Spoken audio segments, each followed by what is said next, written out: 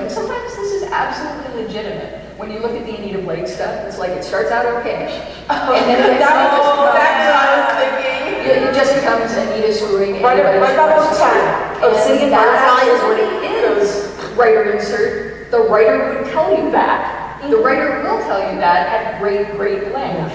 But then that is widened to embrace everything in the same genre. What you reminded me of, and this If there's a woman in the front, she must only be there for love. Yeah, what you reminded me of, something that's a little bit outside of what's been discussed, is that way back when I was taking creative writing courses, and I had one professor who obviously, he was the kind of guy where there were 3 women in the class. We used to always sit together, sort of, and away from him.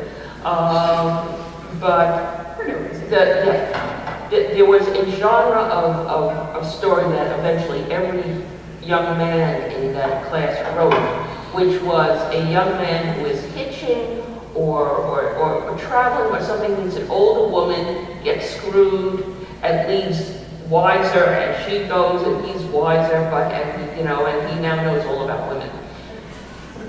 And that was the most Mary Sue thing you've ever seen in your life. And this was over, and I just realized this when I was reading the description of Mary Sue. It's over and over and over. And if we tried to write the equivalent female thing, which, the teacher would say, would not like it, but he loved listening to these over and over and over again. It was self-insertion. It was this wonderful person, something happened to them, and everyone loves it, and it goes off happy. What is it? Stella Gibson said the best will fall. Man fucks woman. You like that non-negation. Woman fucks man. You don't love that. The idea is that if a female protagonist had sex with an older guy and learned something from it, what she would learn was that she was a slut. Okay.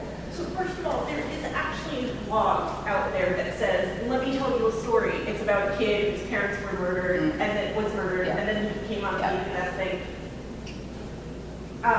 And guess what? That's happening. If it were a woman, it would be called Mary Sue, and it unpacks why it's a gender issue, and how it became a problem when women started writing their own fantasies for fan fiction, and why that makes it a gender thing, which I think ties into why women do feel a little bit persecuted when we talk about Mary Sues. And the fact is that a lot of women are saying that they feel that it's a problem, so I think that I really wish men would sit back and listen instead of going, no, wait, it's men too, because it really usually isn't as much with them. But the other thing is, the thing that changed my mind about Mary Sue's was a review for what Ian Bishop's was, because I looked for reviews of books that I would like and didn't like to get new perspectives. And one of them said, I read this before the Batman blog, they said, look, yeah, she writes Mary Sue's, okay, so what? She says, men have been doing this for a long time, Batman, Superman, and they've been doing it shamelessly. And what I like about Kim Bishop is that she writes it, and she just writes it confidently, and she makes no apologies, just like the writers from Batman and Superman and all these people. Shamelessness is a good word. And she said, you know what, men have been doing it for a long time. I like this, I like the stories, I like the world she writes in, I like that she writes it without apology. So I think she's one of the good examples of these people who is writing maybe a Mary Sue, but she's doing it without apology, and she's become very successful because a lot of women have struck a note with how she writes it without apology. I'm going to just widen for a moment, and then I'll move. I'm really sorry.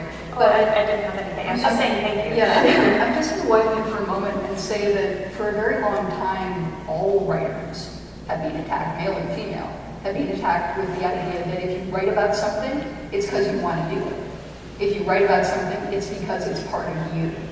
If you write about, it's like, man, you wrote about a young man killing an old woman with an axe. What's wrong with you, Dostoevsky? It's like there's something really wrong with you. It's like, however, I should point out that I did not, in fact, kill an old woman with an axe. I just wrote about it, which I personally think was a good thought on my part. It's like, to some degree, that's what fiction is. Well, yeah, but I don't know how many writers have been living.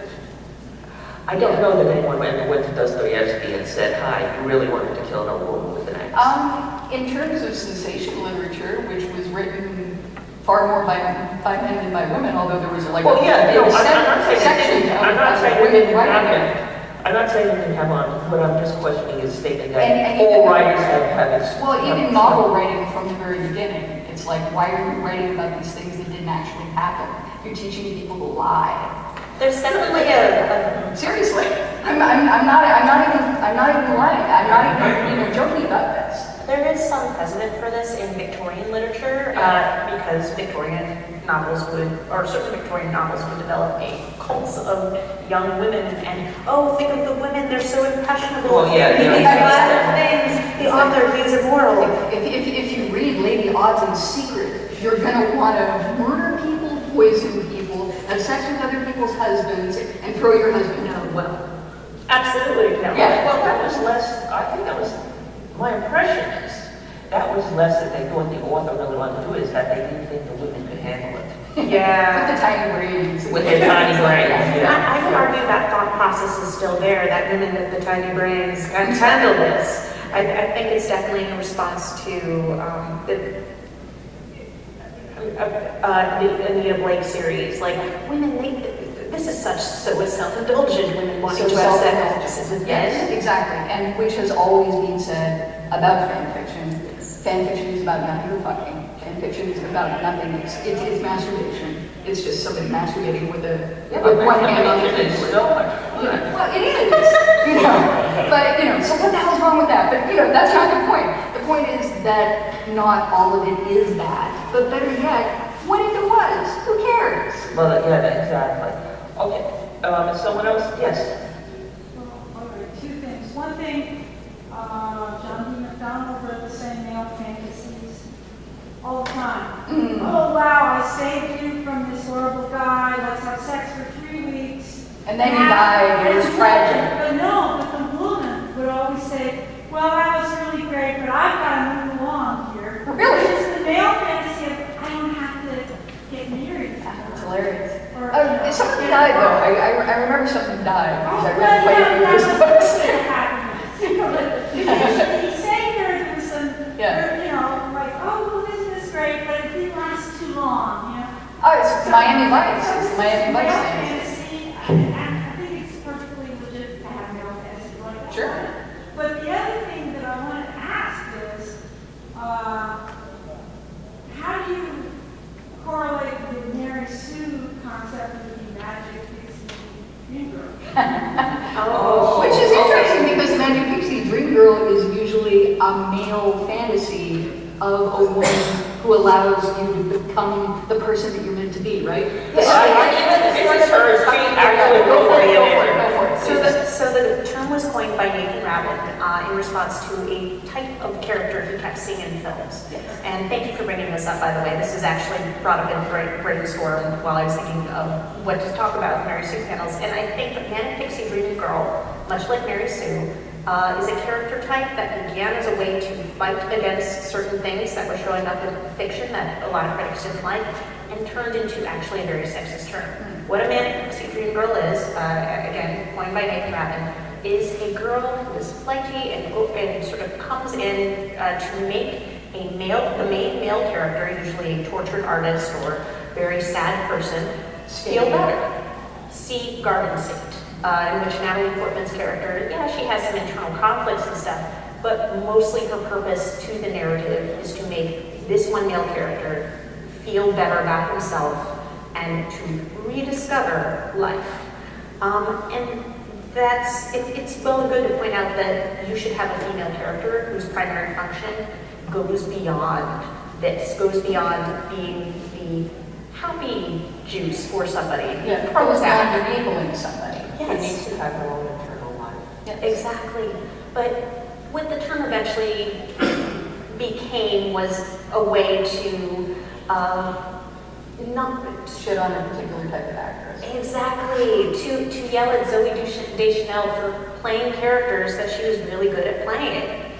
But for playing, it suddenly went from being about how dangerous it is to show a female character who's flighty and only interested interested in this one male character to just any female character who shows the least bit interest in something unusual, any female character who's a little bit bubbly, and it became Eccentric. yes. Yeah, eccentric things. It's like, that eccentricity, that's gotta stop. I've heard Luna Lovegood referred to as a manic pixie dream girl. Seriously. And when these terms become a way to limit how we write these characters in dangerous ways, I think that's when they become bad. It is as straitjacketing a term as, you know, the sassy black friend, which is also horrible in terms of this is the only black person who shows up in your narrative, or the bitchy gay person. You know, it's like the person who only exists to be there in the background of your narrative, being a particular part of themselves, but really helping you. And so you become afraid to write characters like that because you're going to be accused of writing characters. Yeah, or better yet, you try to say to yourself, why don't we try to make all of your characters as integrated as you can make them, and just make them be who they are. You know, so this is my friend. You know, but better yet, this is another person who has their own concerns, who is friends with me. Their function is not just to be my friend. Well, I've gotten 5 in the morning, so I'm going to go through the panel for last thoughts. I'm going to start with this. I just have a book recommendation actually. Is Christian Kishor's Fire. The main character is essentially a stereotypical Mary Sue. She's the most beautiful creature in the world. And she's got the multicolored hair and the eyes, and she's magical. And the book shows you how horrible that would be.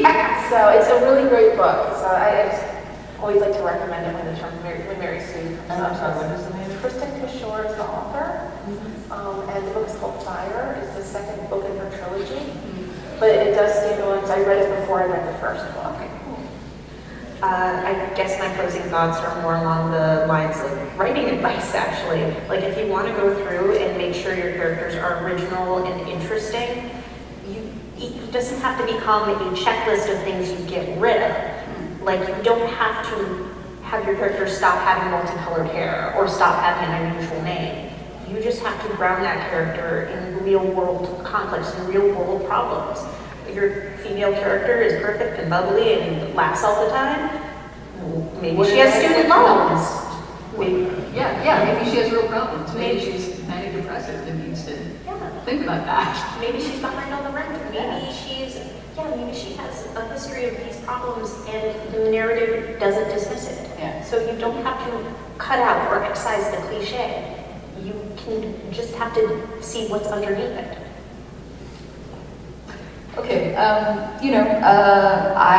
will say that the last novel that I wrote literally only came alive when I realized that the main character, for it to work, the main character had to be me. So, I'm in favor.